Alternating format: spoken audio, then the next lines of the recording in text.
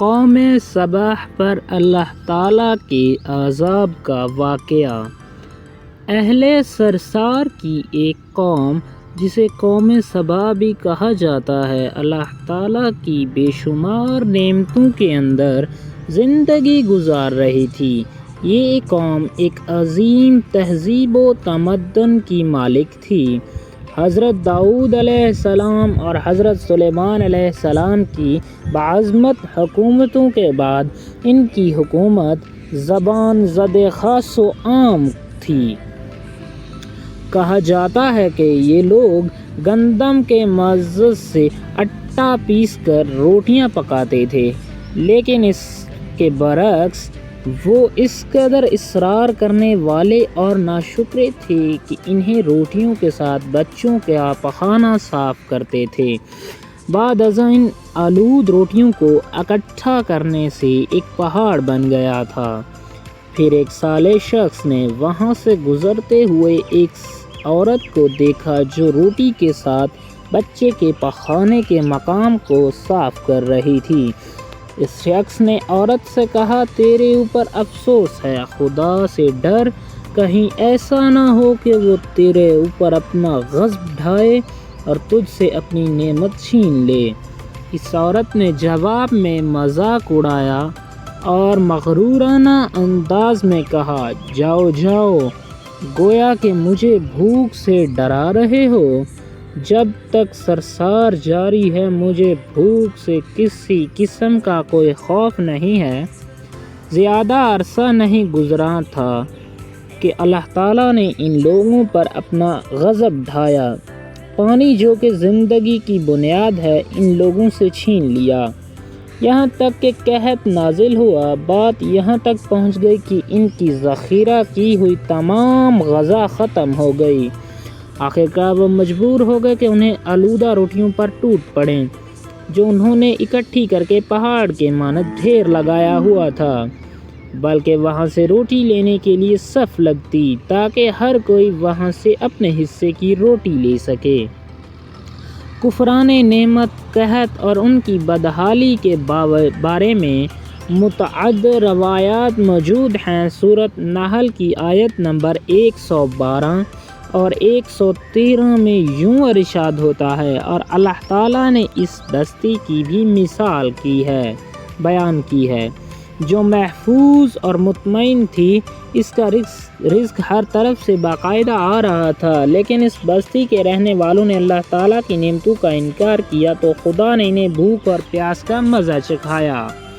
صرف ان کے ان اعمال کی بنا پر جو وہ انجام دے رہے تھے، اور یقیناً ان کے پاس رسول آیا تو ان لوگوں نے ان کو جھٹلایا، تو پھر ان تک عذاب آن پہنچا کہ یہ سب ظلم کرنے والے تھے۔ اسی قوم سبا کے بارے میں ایک اور واقعہ بیان ہوتا ہے کہ ان لوگوں نے اپنی زراعت کو بہتر طور پر کاشت کرنے کے لیے پانی ذخیرہ کرنے کی خاطر بلک کے 2 پہاڑوں کے درمیان ایک بہت بڑا بند معرب تعمیر کیا ہوا تھا۔ سوراخ اور دوسرے پہاڑوں سے گزرا ہوا پانی اس بند میں آ کر وافر مقدار میں جمع ہو جاتا۔ قوم سبا نے اس پانی سے صحیح طور پر استفادہ کرتے ہوئے وسیع و عریض اور بہت سے خوبصورت باغات لگائے اور کھیتی باڑی کو رونق بخشی۔ ان باغات کے درختوں کی شاخیں اس قدر پھلوں سے لدی ہوتی کہ کہتے ہیں کہ اگر کوئی شخص سر پر ٹوکری رکھ کے ان کے نیچے سے گزرتا تو پھل خود بخود ٹوکری میں گرنا شروع ہو جاتے اور قلیل مدت میں ٹوکری تازہ پھلوں سے بھر جاتی۔ لیکن اللہ تعالیٰ کی نعمتوں کی کثرت نے انہیں ناشکر کرنے کی بجائے سرمست اور غافل کر دیا تھا، یہاں تک کہ ان کے درمیان بہت بڑا طبقائی نظام وجود میں آ چکا تھا۔ ان میں سے صاحب اقتدار لوگوں نے کمزور اور ضعیفوں کا خون چوسنا شروع کر رکھا تھا، یہاں تک کہ ان لوگوں نے خدا سے ایک احمقانہ التماس کیا جس کا ذکر سورۃ سبا کی آیت نمبر 19 میں ملتا ہے۔ انہوں نے کہا، خدایا ہمارے سفروں کے درمیان فاصلہ زیادہ کر دے۔